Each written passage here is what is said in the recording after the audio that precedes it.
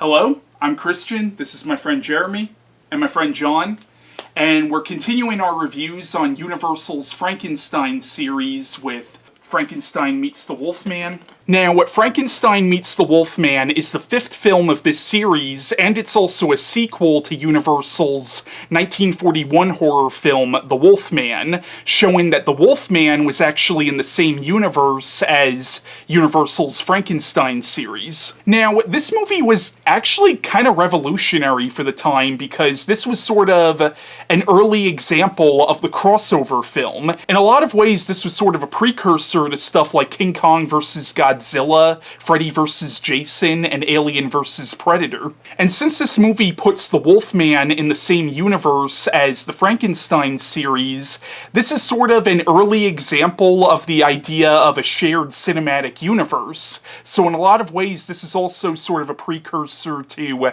the stuff that Marvel is doing now. So since this movie is a sequel to the Wolfman, real quick, let's talk about our thoughts of the first Wolfman movie. What do you guys think of the first film? I love it. Me too, love it. It's a great movie. Oh, it's a very good film, and Lon Chaney Jr. in that first movie gives such a heartbreaking performance as Lawrence Talbot. Like, you just feel so bad for this guy. Yeah. You do. And I just love how it is a movie where the main character, he's both the protagonist and the antagonist. He's the protagonist when he's Lawrence Talbot, but he's the antagonist when he becomes the Wolfman. Yeah. And yeah, I like you said, I love how sympathetic he is. He's kind of, he's been forced into this role of being a monster. He doesn't want to kill, but when he turns into the monster, he doesn't have a choice. And the rest of the cast is great too. Claude Rains, Yes. Maria Ouspenskaya, and even though it's a very small role, Bela Lugosi as Bela. Bela the Chips. Yeah. It's like who is the one who bites Lawrence Talbot. When you watch that scene when he's bitten, you can tell it's a dub. But again, at that time, it was, not like what it is nowadays when you would like see a special effect or CGI like Wolfman, kind of. Yeah. So, what do you guys think of this movie, Frankenstein Meets the Wolfman? I enjoy it, even though it's a very flawed film. But, it actually was the first Frankenstein movie in the series that I saw, and I always loved it as a kid. And despite now being more critical and noticing its flaws, I still do really enjoy it. What were you gonna say? This is a film even like as a kid, like I always this is like always like that one that excited me to watch because I'm like, yes, like two like horror characters facing off. But yeah, I agree with Jeremy. Like as you get older, you notice the flaws and errors, but at the same time, it's still a fun, enjoyable film to watch. You see, I don't even have that many problems with this one. I think, for one, I think it has great continuity with the Wolfman.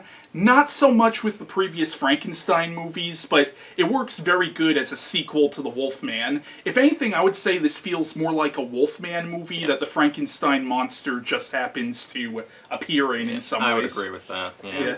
My only issue with it, really, is that I feel like the whole movie's marketing itself as being a fight between the Frankenstein monster and the Wolfman, but that really doesn't happen till the end of the film. But when it does happen, it's awesome to watch. I remember always rewinding it when it was over to watch it over and over again as a kid. Now, the plot of Frankenstein Meets the Wolfman is it takes place 4 years after the events of The Wolfman, and it takes place a number of years after the events of Ghost of Frankenstein. Now, The Wolfman ended where Lawrence Talbot, the main character of that movie, and the man who was infected with the werewolf curse, was killed by his own father. This movie begins where these grave robbers are robbing Lawrence Talbot's grave, and it turns out that he was also cursed with eternal life, so when they open up the grave, he comes back to life as the Wolfman. And eventually he turns back into a human and is found by this cop, and the cop takes him to this hospital, and he tells them who and what he is, and they of course think he's nuts. Eventually he escapes from the hospital and goes in search of Maleva, the old gypsy woman from the first Wolfman movie, and the mother of the werewolf who infected Talbot with the werewolf curse. And when he finds her, she promises to watch over him the same way she watched over her son. But it turns out that Talbot just wants to die. He wants to end his life, but of course he has eternal life, and Mileva tells him about a scientist she knows of named Frankenstein, who has done things with science that no other scientist has done. She, of course, is referring to the character of Ludwig Frankenstein from the previous film. But when they get to the village where Dr. Frankenstein is from, they find out that Frankenstein died when his mansion burnt down. And after suffering another spell as the Wolfman, Talbot eventually finds the Frankenstein monster, and he tries to get the monster to help him find Frankenstein's notes. Now, in the movie, you also follow a doctor named Maturin, who has been following Talbot and Mileva all across Europe, and he eventually learns of Frankenstein and the monster, and he promises to destroy both the monster and the Wolfman, but as he starts to become sort of seduced by the knowledge that Frankenstein discovered, he starts making the same mistakes that Frankenstein made, essentially. Now, I'm skipping over a lot of other stuff in the plot, but honestly, it's just a lot to explain, but the movie does lead up to a fight between the Wolfman and the Frankenstein monster. Now, in the film, Lon Chaney Jr. reprises his role as Lawrence Talbot and the Wolfman. Now, in the film, Bela Lugosi plays Frankenstein's monster, and there's a real irony to how he plays the monster in this movie, considering that he turned down the role for the first movie. But it does kind of make sense that Lugosi would play the monster in this movie, because in the previous film, the monster got Igor's brain, and Lugosi, of course, played Igor, so in a lot of ways, the monster in this movie is Igor, just in the monster's body, so it kind of does make sense that Lugosi would play the monster this time around. Now, in the film, Ilona Massey, and I have no idea if I'm saying her name right, plays the character of Elsa Frankenstein, who was in Ghost of Frankenstein, however, she was played by a different actress in that movie. In the movie, Patric Knowles plays Dr. Maturin. In the movie, Lionel Atwill plays the mayor of the town that the movie takes place in. Atwill also played two separate characters in the previous two Frankenstein movies. Maria Ouspenskaya reprises her role as Mileva from The Wolfman. And Dwight Frye is a small cameo in the film. Man, they just love Dwight Frye coming back in these films as a character actor. So, what do you guys think of the acting and the characters in this movie? I think it's pretty good. It's okay, nothing special, but they're alright. Lon Chaney Jr. still does a great job as Lawrence Talbot. Yes. He's very sympathetic in this movie. Yes, he is. What do you guys think of Bela Lugosi's Frankenstein monster? Well, that's a complicated question to answer because, you know, Bela, I mean, at this point in his career, he was 61 when this movie was made. He was getting very old and frail, so a lot of shots of him in the movie aren't even of him. They're of stuntmen. I mean, this should be obvious, but whenever, during the fight scene, whenever the monster is, like, taking a tumble or dive, that's not Bela. There was no way he could do those. Those were stuntmen, but like I said, in a lot of shots of the monster, they say that Bela's actually only on screen for a few minutes, but I don't know how, accurate that is. He's okay. I mean, it's not bad or anything. It's just nothing as crazy or spectacular compared to Boris Karloff's Frankenstein. Would you say it's better or worse than Lon Chaney's Frankenstein monster? I'd say it's a little bit better an improvement compared to Lon Chaney's Frankenstein monster. I would say that too. They almost wanted Chaney to do both roles, but it wouldn't have made any sense because of budget and. That would have been funny. It would have been. That would have also just been hard from a technical. It would have been. Yeah. Oh yeah, especially at that time.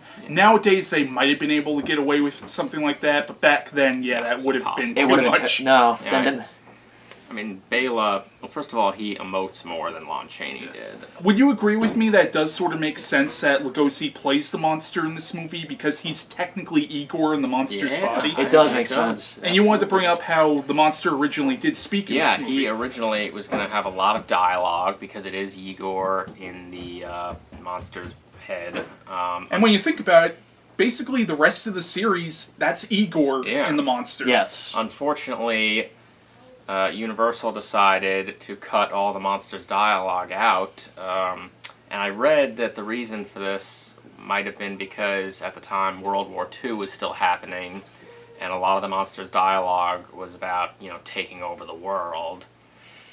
which I guess they felt was too similar to Adolf Hitler. Unfortunately, by removing all his dialogue, they took out any references to the monster being blind, which is why all his stumbling around, to audiences at the time looked silly, because there was no explanation for it. That's actually something I wanted to point out, how since the monster's blind in this movie, his arms are stretched out, and this is actually where the whole stereotype of the Frankenstein monster always having his arms stretched out came from. I can't imagine how Lugosi felt having his performance butchered by the studio, and I believe he became the subject of ridicule for a while because of that. That sucks. Yeah, I mean, I consider what Universal did to him to be one of the greatest injustices ever done to an actor. It's really a sad story when you think about Lugosi, like how it was, being a typecast, and like how he turned to morphine at the end of his career. It's just a sad story. In the Ed Wood movies, yeah, was I know. So degrading. Yeah, at that time he was just so desperate to be in movies. In the end, he was desperate for money too. So, any more thoughts on this movie? Not so much about the acting or the characters, but on the film overall? I think it's a decent entry. I mean, does it have problems? Yes, but I enjoy it. And it's just great to see these two of my favorite monsters share the big screen and, face off. Yeah. Yeah. What do you think of the movie? Yeah, I agree. It's a great it's a fun fantasy film to watch. Like oh yeah, I root for the Wolfman or Frankenstein. I love the. It's somewhat flawed, but I still enjoy watching. It's fun. And I will say that Lugosi's monster, he is definitely a lot more menacing than Chaney's I agree. was. With the noise. Yeah. I do want to point out one thing about this. We probably should have talked about this when we were talking about the characters in the movie. Yeah. I want to point out that in this movie especially, the villagers were real assholes. Oh my God. I agree. Yeah. The innkeeper was such a prick. Like, Lawrence and Mileva are just coming in to ask some information, ask some questions, and he's just nasty to them for no reason. Character of Dr. Mannering. I was about to talk about that. Yeah, he's definitely a character who's well-intentioned, but just slowly goes downhill and becomes kind of a prick. He does. Well, I think that was the point, because the whole point that I brought up when I was explaining the plot of the movie is that he's essentially becoming Frankenstein. Yeah, just, even earlier in the movie when they first bring Talbot to the hospital and Talbot's trying to explain to them, I mean, I get why they wouldn't understand, but it's like, at least, listen to the man. Well, I mean, Talbot's even says, you're treating me like a lunatic. Yeah, and he calls the people with the straitjacket a little too early on. It's like, he didn't freak out that badly yet. It's not like he's trying to physically attack you. That's when you should bring those guys out. He's just trying to talk. When Mileva, it's great to see her, but if you think about it, in the end, where did she go? She disappears. It's never explained what happens to her character. She probably left before all the fight. Well, yeah, true, but it's like, what happened to her? I've always wondered that to this day as a kid. Probably rejoined the gypsy camp. Yeah, I guess and I will say I liked that they brought her back. Yeah. And I actually really liked it's very brief in the movie, but there is almost a mother-son kind of relationship that develops between them, and I almost wish the movie would have focused on that more. I mean, maybe there was stuff that was cut out, but the scenes where they're just going through the countryside together on that wagon were actually really sweet. So that was our review on Frankenstein Meets the Wolfman, and our next movie review will be House of Frankenstein.